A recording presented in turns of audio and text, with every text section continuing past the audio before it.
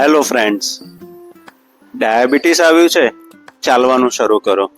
Cholesterol આવ્યું છે, ચાલવાનું શરૂ કરો. વેઇટ લોસ કરવું છે, ચાલવાનું શરૂ કરો. પણ કેટલું ચાલવાનું? આપણને એ ખબર નથી કે કેટલું ચાલવું જોઈએ. આપણે બસ સ્ટેપ્સ પૂરા કરવા પાછળ દોડીએ છીએ.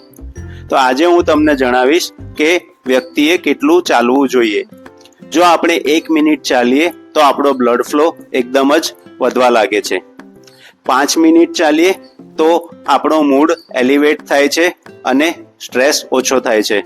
15 મિનિટ ચાલીએ તો સ્ટ્રેસ હોર્મોન એટલે કે કોર્ટિઝોલ એનું લેવલ ડાઉન થાય છે અને એન્ઝાયટી કે ડિપ્રેશનથી આપણને રાહત થાય છે. જો 30 મિનિટ ચાલીએ તો બ્લડ શુગર કંટ્રોલ થાય છે અને ડાયાબિટીસના દર્દીને ફાયદો થાય છે.